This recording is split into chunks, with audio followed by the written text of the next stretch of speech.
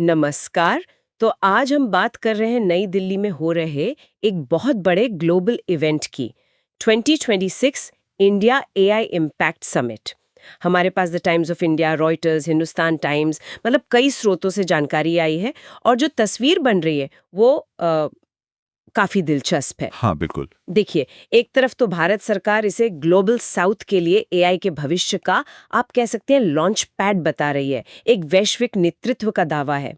और दूसरी तरफ पहले ही दिन से सोशल मीडिया पर केओस, लंबी लाइनों और कुप्रबंधन की कहानियां भरी पड़ी हैं। तो आज हमारी कोशिश यही समझने की होगी कि इस समिट को लेकर भारत की महत्वाकांक्षा असल में है क्या और जमीनी हकीकत क्या इशारा कर रही है। बिल्कुल। और ये सिर्फ एक इवेंट की सफलता या असफलता की कहानी नहीं है। ये भारत की उस दावेदारी का एक तरह से टेस्ट है कि क्या वो आर्टिफिशियल इंटेलिजेंस के भविष्य पर ग्लोबल चर्चा का एजेंडा सेट कर सकता है। सही बात है। तो सवाल यही है कि पहले दिन के अनुभव के बाद वो दावेदारी कितनी मजबूत दिखती है।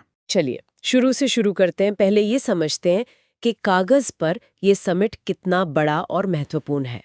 ये नई दिल्ली के भारत मंडपम में हो रहा है, 16 से 20 फरवरी 2026 तक। और इसे ग्लोबल साउथ में पहला वैश्विक एआई फोरम कहा जा रहा है। हाँ। और इसका जो स्केल है वो वाकई में मतलब चौंकाने वाला है। आयोजकों को उम्मीद थी कि 2.5 लाख से ज्यादा लोग आएंगे। 2.5 लाख। हाँ, 300 से ज्यादा बूथ, 600 से ज्यादा स्टार्टअप्स, 40 देशों के टॉप सीईओ और राष्ट्राध्यक्ष। ये कोई छोटा मोटा कॉन्फ्रेंस नहीं है। नहीं, बिल्कुल नहीं। ये एक पूरा टेक फेस्टिवल है। इसका मकसद सिर्फ एआई पर बात करना नहीं, बल्कि एआई को दिखाना, महसूस करना और बनाना है। और सरकार का जो मैसेज है वो भी सिर्फ टेक्नोलॉजी तक सीमित नहीं है ना। नहीं, वो इसे एक डिप्लोमेटिक मंच की तरह भी पेश कर रहे हैं। हाँ, और यही बात इसे खास बनाती है। ये सिर्फ ये दिखाने के लिए नहीं है कि देखो भारत क्या बना सकता है। अच्छा, ये एक विजन पेश करने की कोशिश है कि देखो दुनिया के लिए एआई को कैसा होना चाहिए। अगर हम सरकारी बयानों को डिकोड करें तो 4 बड़े मकसद साफ दिखते हैं। ओके, तो क्या है वो 4 मकसद? पहला, एआई को ज्यादा लोकतांत्रिक बनाना। मतलब एआई तक पहुंच सिर्फ अमेरिका और चीन जैसे कुछ देशों तक सीमित ना रहे, बल्कि ग्लोबल साउथ के देश भी इसका फायदा उठा सकें। ठीक है। दूसरा, भारत को जिम्मेदार एआई यानी रिस्पॉन्सिबल एआई के एक भरोसेमंद केंद्र के तौर पर स्थापित करना। रिस्पॉन्सिबल एआई, हाँ। इस पर हम और बात करेंगे। हाँ। तीसरा, अपने घरेलू एआई रिसर्च और स्टार्टअप इकोसिस्टम को दुनिया के सामने लाना।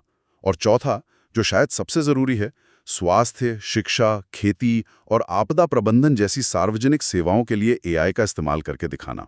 ये जो जिम्मेदार एआई वाली बात है, मैं इस पर थोड़ा और समझना चाहूंगी। सुनने में तो बहुत अच्छा लगता है, पर इसका असल मतलब क्या है? क्या ये सिर्फ एक अच्छा नारा है? नहीं, देखिए, ये सिर्फ नारा नहीं है। भारत इसे एक जियोपॉलिटिकल टूल की तरह इस्तेमाल करना चाहता है। अच्छा। दुनिया में एआई के 2 बड़े मॉडल हैं। एक है चीन का सर्विलेंस एआई, जहां सरकार का पूरा नियंत्रण है। सही। दूसरा है अमेरिका का पूंजीवादी एआई, जो बड़ी कंपनियों के मुनाफे से चलता है। भारत यहां एक तीसरा, एक नैतिक रास्ता दिखाने की कोशिश कर रहा है। मतलब एक मिडिल पाथ। हाँ, एक ऐसा एआई जो इंसानों के हित में हो, पारदर्शी हो और समाज के लिए जवाबदेह हो। और इसी से जुड़ा हुआ एक टेक्नो लीगल दृष्टिकोण भी सामने आया है। मंत्रियों ने कहा है कि डीप फेक और गलत सूचना जैसे खतरों से निपटने के लिए सिर्फ कानून बनाना काफी नहीं होगा। बिल्कुल। टेक्नो लीगल का मतलब ही है टेक्नोलॉजी और कानून का मेल। यानी ऐसे तकनीकी समाधान बनाना जो कानूनों को लागू करने में मदद करें। जैसे, क्या हम एआई का इस्तेमाल करके डीप फेक कंटेंट को अपने आप पहचान सकते हैं? क्या हम कंटेंट के ओरिजिन को ट्रैक करने के लिए डिजिटल वाटरमार्किंग जैसी तकनीक का इस्तेमाल कर सकते हैं? मतलब ये एक प्रैक्टिकल अप्रोच है। बहुत प्रैक्टिकल सोच है। ये दिखाता है कि सरकार सिर्फ नियमों की बात नहीं कर रही, बल्कि उन्हें लागू करने के तरीकों पर भी सोच रही है। इस पूरे समिट का केंद्रीय थीम यही लगता है, जिम्मेदारी के साथ प्रभाव। तो ये सब सुनने में तो बहुत ही भव्य लगता है। मतलब वैश्विक leadership, responsible AI, global south का मसीहा बनने की तैयारी। कागज पर तो तस्वीर एकदम परफेक्ट है। हाँ, कागज पर तो है। लेकिन जैसा कि अक्सर होता है, जमीन पर कहानी कुछ और ही थी। पहले दिन तो कुछ और ही चल रहा था। हाँ, और कहानी में ट्विस्ट यहीं से आता है। जहां भारत मंडपम के अंदर भविष्य की बातें हो रही थीं, वहीं बाहर जमीनी हकीकत कुछ और थी। रॉयटर्स और इवेंट में शामिल कई लोगों के सोशल मीडिया पोस्ट्स के अनुसार पहले दिन का अनुभव केओस से भरा हुआ था। केओस मतलब किस तरह का केओस?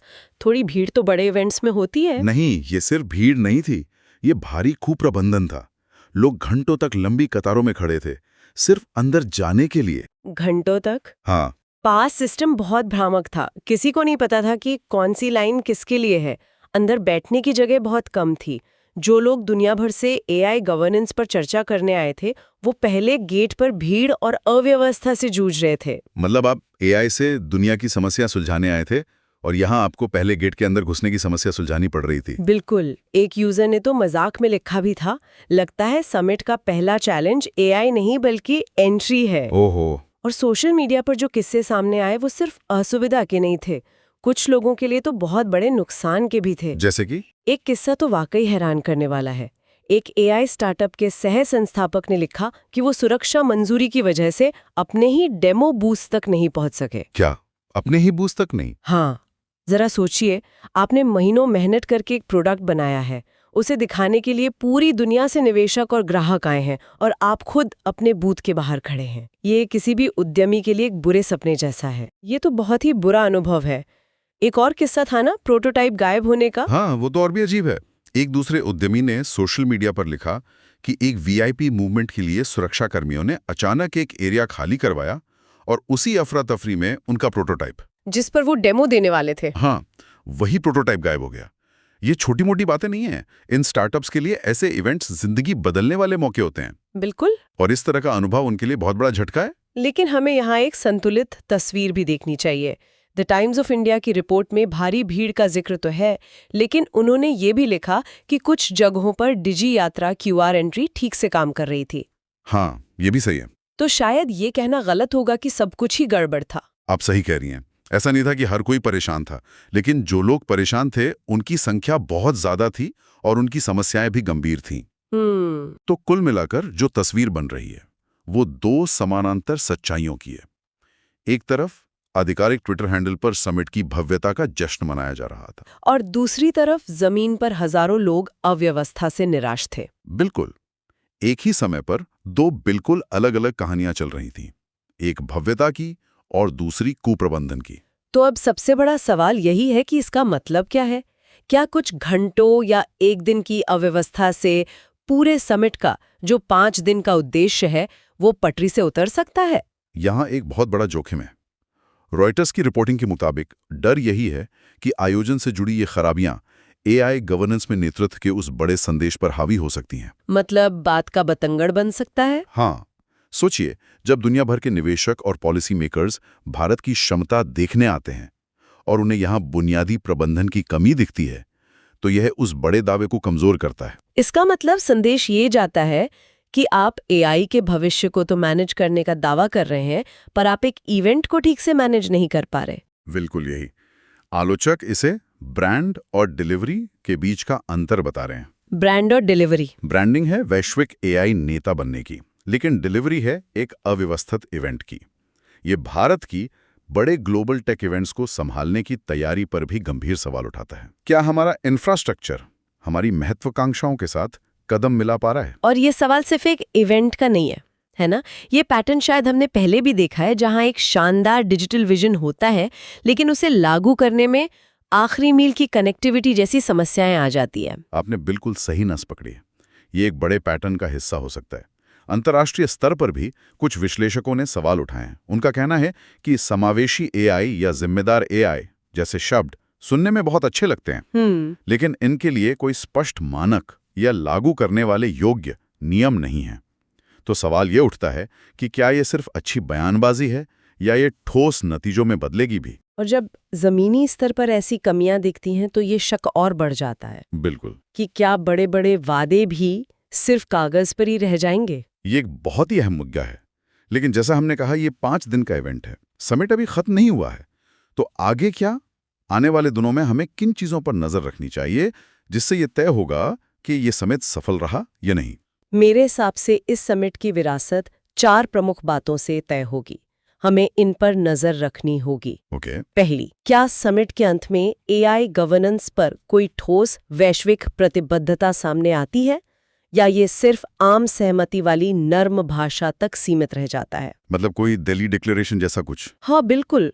और अगर ऐसा कोई डिक्लेरेशन आता भी है तो क्या उसमें कॉन्क्रीट कदम है, जैसे डेटा शेयरिंग के लिए एक फ्रेमवर्क या डीप फेक से लड़ने के लिए एक संयुक्त टास्क फोर्स, या फिर सिर्फ अच्छी बातें हैं? ठीक है, तो ये पहली बात हुई। दूसरा क्या है? दूसरी बात है सार्वजनिक निजी भागीदारी का भारतीय मॉडल। क्या इस समिट में कोई ऐसी बड़ी घोषणा होती है जिससे पता चले कि स्वास्थ्य या कृषि जैसे क्षेत्रों में एआई का इस्तेमाल जमीनी स्तर पर कैसे बढ़ेगा? कोई बड़ा पायलट प्रोजेक्ट लॉन्च होता है? मतलब बातें एक्शन में बदल रही हैं या नहीं? बिल्कुल। और तीसरी बात तो शायद सबसे तात्कालिक है। हाँ, तीसरी और सबसे जरूरी बात यही है कि बाकी के दिनों में लॉजिस्टिक्स को कैसे सुधारा जाता है। क्या आयोजक जल्दी से सीखते हैं और प्रतिभागियों का अनुभव बेहतर बनाते हैं? अगर वो अगले ही दिन सब कुछ ठीक कर लेते हैं तो ये उनकी क्षमता का प्रदर्शन होगा। सही कहा, लेकिन अगर क्योस जारी रहता है तो ये विफलता की कहानी को और पुख्ता कर देगा। और आखिरी बात ग्लोबल साउथ के बारे में। हाँ, चौथी और आखिरी बात, भारत ने समिट को ग्लोबल साउथ की आवाज बनाने का वादा किया है। तो क्या उनके लिए सिर्फ बातें होती हैं या कोई ठोस नतीजा भी निकलता है? जैसे कोई टेक्नोलॉजी ट्रांसफर का समझौता, या कोई स्किल डेवलपमेंट फंड, या कोई साझा एआई मॉडल बनाने की घोषणा? इन 4 पैमानों पर ही इस समिट की असली सफलता या असफलता तय होगी। तो कुल मिलाकर देखें तो 2026 Delhi AI impact summit Bharat की तकनीकी कूटनीति के लिए एक बहुत बड़ा पल है। ये विशाल महत्वाकांक्षा और शुरुआती चुनौतियों की एक कहानी है। हाँ, जहां आधिकारिक बयानों और जमीनी हकीकत के बीच एक सीधी टक्कर देखने को मिल रही है। ये एक ऐसा इवेंट है जहां भारत दुनिया को भविष्य दिखाना चाहता है, लेकिन पहले ही दिन उसे अपनी वर्तमान क्षमताओं की एक कड़ी परीक्षा देनी पड़ गई। बिल्कुल सही कहा। आने वाले दिन ही ये तय करेंगे कि इस समिट को एक ऐतिहासिक मील के पत्थर के रूप में याद किया जाएगा, जहां भारत ने वाकई वैश्विक एआई चर्चा की दिशा तय की, या फिर इसे इवेंट मैनेजमेंट में एक केस स्टडी के तौर पर याद किया जाएगा, जो बताता है कि बड़े सपनों को साकार करने के लिए जमीनी तैयारी कितनी ज्यादा जरूरी होती है। और यहाँ हम श्रोताओं के लिए एक विचार छोड़ जाते हैं। जब कोई देश एआई जैसी भविष्य की तकनीक में वैश्विक नेतृत्व का दावा करता है, तो क्या एक वर्ल्ड क्लास इवेंट आयोजित करने जैसी बुनियादी क्षमता उस दावे का एक जरूरी हिस्सा नहीं मानी जानी चाहिए? और वैश्विक मंच पर महत्वाकांक्षा और क्षमता के बीच का ये फासला किसी देश की छवि के बारे में क्या कहता है?